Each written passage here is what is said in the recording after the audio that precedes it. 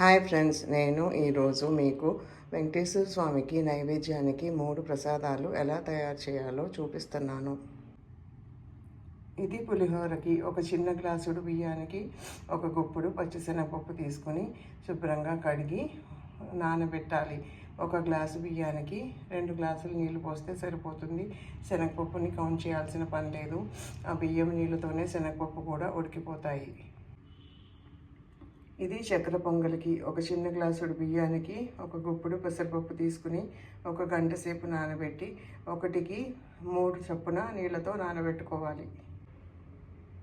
ఇది దద్దోజనానికి ఒక చిన్న గ్లాసుడు బియ్యాన్ని శుభ్రంగా కడిగి 2.5 గ్లాసుల నీళ్ళతో నానబెట్టుకోవాలి.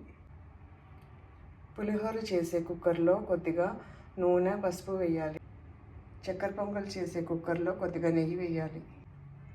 ఇప్పుడు అన్ని కుక్కర్స్కి లిడ్స్ క్లోజ్ చేసి స్టవ్ మీద పెట్టి కుక్ చేయటమే. ఇలా 3 కుక్కర్లు స్టవ్ మీద పెట్టి ఆన్ చేయాలి. ఏ కుక్కర్ విజిల్ ఎప్పుడు వస్తుందో ఎక్స్పీరియన్స్ని బట్టి తెలుస్తుంది. బిగినర్స్ అయితే చాలా కంగారు పడిపోతారు. అలాంటప్పుడు దూరం నుంచి చూస్తూ ఉండండి. మాకైతే తెలిసిపోతుంది ఏ కుక్కర్ విజిల్ వచ్చిందో. ఫస్ట్ చక్కెర పొంగల్ కుక్కర్ విజిల్ వచ్చేసింది. చక్కెర పొంగల్ కుక్కర్ని పక్కన పెట్టుకోవాలి.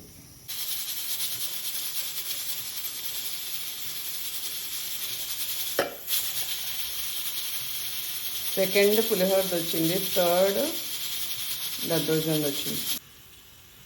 ఇలా 3 కుక్కర్లు పక్కన పెట్టుకోవాలి. పొయ్యి మించి దించేసి లిడ్ ఓపెన్ చేసి పులిహోరకి పోపు పెట్టుకోవాలి. లిడ్ ఓపెన్ చేసి స్టవ్ మీద పెట్టి half glass sugar, half glass బెల్లం పాకం బట్టి పోయాలి. దద్దోజనానికి అన్నాన్ని బాగా ఆరనివ్వాలి.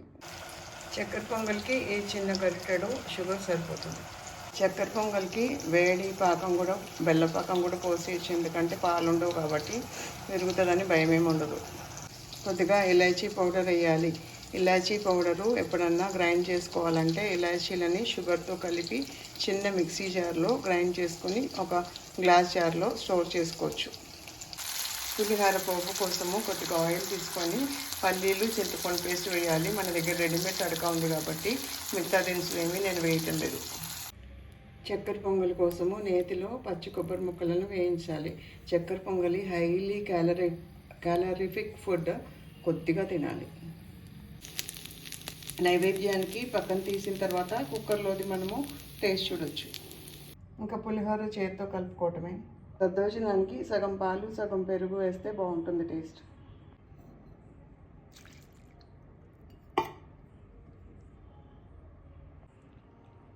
సో 3 ప్రసాదాలు అయిపోయాయి. 3 ప్రసాదాలు 3 వెండి గంగాలలో పెట్టి వెంకటేశ్వర స్వామి దగ్గర పెట్టి పూజ చేసుకోవడమే.